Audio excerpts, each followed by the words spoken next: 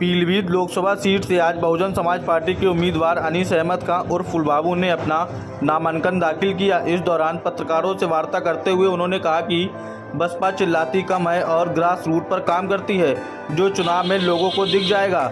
उन्होंने कहा कि उनकी जीत सुनिश्चित है क्योंकि कैडर काफ़ी तेज़ी से काम कर रहा है। उन्होंने सपा कांग्रेस गठबंधन पर हमला बोलते हुए कहा कि लोग उसे स्वीकार ही नहीं कर रहे हैं। उन्होंने कहा कि 31% इस लोकसभा सीट में अल्पसंख्यक वोट हैं तो वहीं 16% दलित वोट हैं। इस समीकरण से वह सबसे मजबूत है। साथ ही वरुण गांधी को लेकर उन्होंने कहा कि वह राज्यसभा जा सकते हैं या रायबरेली से चुनाव लड़ सकते हैं। अपने क्षेत्र व आसपास की तमाम छोटी से बड़ी खबर में अपडेट रहने के लिए अभी जेएस न्यूज़ 24 चैनल को सब्सक्राइब करें व वीडियो को शेयर अवश्य करें। काफ़ी टाइम से दिखाई नहीं दे रही थी, अब कैंडिडेट उतारे हैं, बताया जा रहा है कमजोर रहेगी इस बार। हर पार्टी की अपनी अलग स्ट्रेटजी होती है। बहुजन समाज पार्टी चिल्लाती कम है, ग्रास रूट पे ज़्यादा काम करती है और आपको इस लोकसभा के चुनाव में वो दिखेगी चीज़ें और शायद अभी से बहुत जल्दी दिखने लगेंगे लोगों को कि हम बहुजन समाज पार्टी कहाँ खड़ी है। इतना कैडर तेज़ी से लगा है बीएसपी का, बहुत ज़्यादा मेहनत से लोग लगे। किससे टक्कर मार रहे हैं? हमारी किसी से टक्कर नहीं, आधे में हमें आधे में सब लोग। वरुण गांधी का टिकट काट दिया बीजेपी ने। वरुण गांधी जी से बेहतर कोई नहीं बता पाएगा, ये उन्हीं से पूछिए। अगर वो निर्दलीय आ गए तो आपके लिए मुश्किल होगी। अगर वो निर्दलीय लड़ेंगे ये भी उन्हीं का फैसला है। मैं जहाँ 3 से लड़ूंगा वहाँ 1 से और लड़ लूँगा।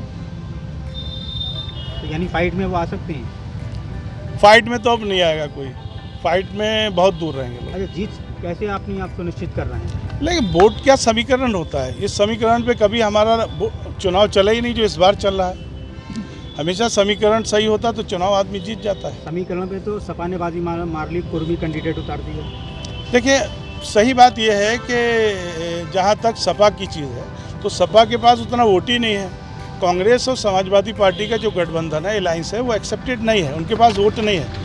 अब इस लोकसभा के चुनाव में 32%, 31% अल्पसंख्यक वोट है और 16% दलित वोट है। आप खड़े कहाँ हैं? ये समीकरण खड़ा हो जाता तो फिर चाहे हमारा कोई चेहरा हो पार्टी का, चाहे ब्राह्मण लड़े, चाहे कुर्मी लड़े, कोई भी लड़े, बहुजन समाज पार्टी के सिंपल पे लड़ेगा और ये दलित मुस्लिम इकट्ठा हो जाएगा तो हर जगह जीतेगा ये चेहरा। 2022 में क्यों हार हो गई आप लोगों की? हमारा वोट पड़ गया 13%। अगर हमारे साथ दूसरा वोट जो भारी पैमाने पे माइनॉरिटी का गया था सपा को, अगर वो आ जाता तो पूरे यूपी में स्वीप करती बीएसपी। तो इस बार मानना है माइनॉरिटी आपके पास घूम रही है, लीडरशिप भी दे रही, टिकट भी दे रही। ये तो सिर्फ पद दे रहे हैं, किसी को राष्ट्रीय महासचिव, किसी को सचिव, किसी को प्रदेश सचिव। अबे टिकट क्यों नहीं देना चाहते भाई?